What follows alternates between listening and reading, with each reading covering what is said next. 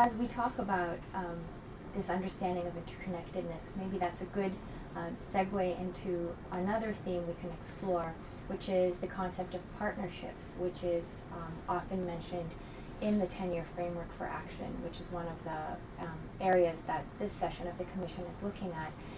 And so the question is then, what do we mean when we say partnership?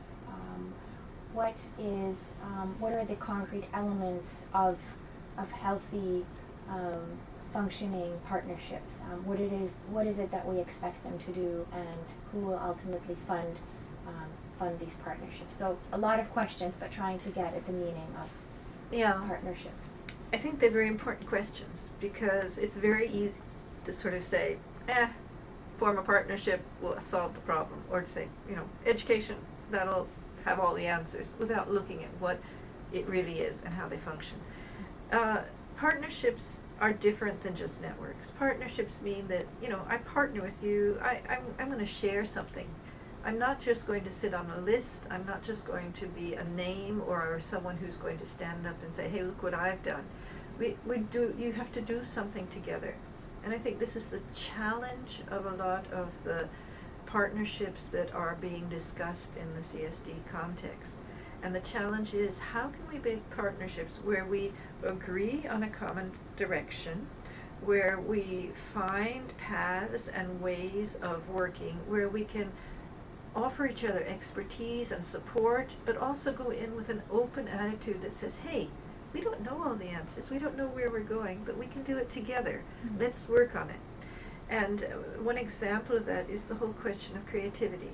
A lot of people talk about green technology.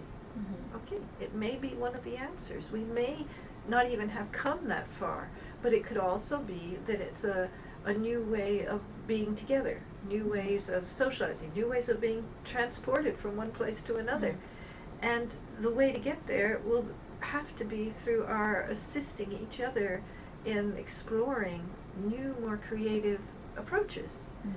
And to do so, it means we'll have to, pool our knowledge, pool our ideas, and not compete. Mm-hmm. Because this is, even in academia or in research or in the world at large or among governments, we see this great tendency to, beat ourselves on the breast and say, I'm the best one, I've done the best. And here we have to work together. But that doesn't happen on its own. And this is one of the problems. I think in a world that's so interconnected digitally, that we forget that, it costs to be to be connected mm-hmm. digitally, it costs to coordinate, and there's some practical frameworks around partnerships that just don't, occur, and that needs to be funded. And I think governments and organizations and institutions and businesses mm-hmm. need to see that if we want that kind of transformation, they have to put their money where their mouth is too. And empower in the sense that they give the physical opportunities to those who are willing to constructively build something together. Mm. So I do hope that the partnerships that will come out of this CSD will have a very clear mandate where they've agreed on ways forward, very concrete goals, and very focused on collaborating, and that someone is going to help them getting that to happen purely financially as well. And it's not a lot of money. Mm-hmm. It's a drop in the bucket. Are there some positive trends or examples that you can point to in terms of the maybe disparate kinds of entities that are coming together in partnership, something that we can draw hope from, or that is creative in the way that you talk about? Oh yeah, I think there are a lot of examples. I think the Marrakesh task forces have been one example of that, because in many cases they brought in non-government organizations, educational organizations, even local authorities, sometimes businesses, to work on projects which have been very exciting. One of them, which I think is outstanding, which is just being finalized now, is the Global Survey on Sustainable Lifestyles, mm-hmm. which is a survey with youth from 18 to 35 from all over the world, collected enormous amounts of exciting data by mm-hmm. young people about how they want to live, what they don't feel they know enough about, what they would like to learn more about and be able to do.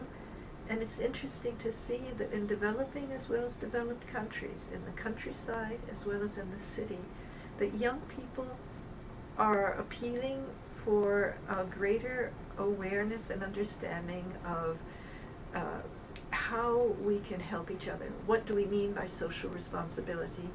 And they want their leaders to show moral leadership, but they don't know how to influence them.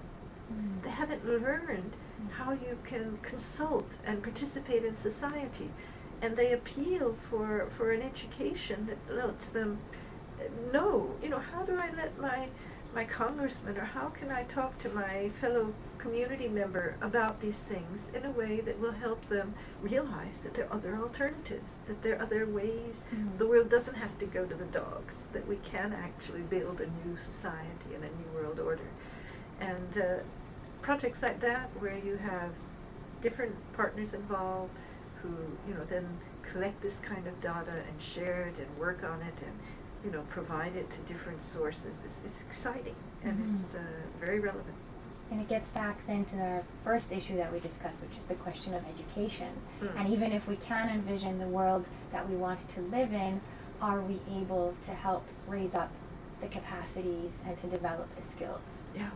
And concretely, what are they? Yeah, and it's not going to be enough that a few old teachers sit around and think up these ideas. They need to go out and talk with the people who are feeling and experiencing today in their lives. So the process itself is transformed. Yes. It's iterative, and it's rooted in the grassroots themselves, helping to construct and lend their experiences to forming the curriculum and the process.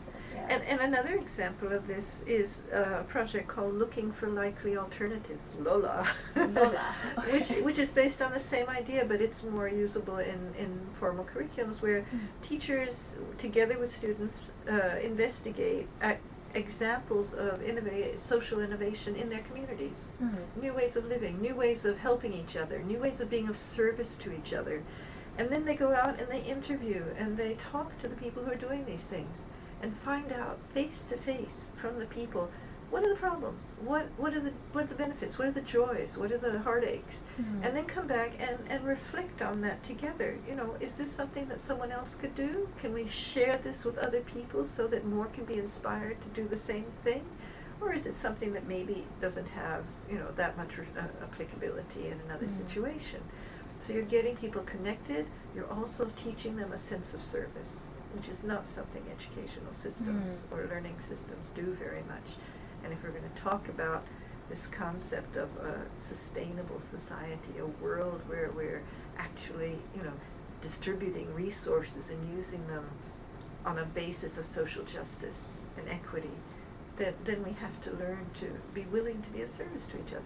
Because if I'm going to give up something, or if I'm going to make an extra effort to be green or sustainable, then it has to be motivated not by profit, not because it's cheaper for me or because I won't get taxed because I'm a polluter, but because I want to help my fellow man and the world.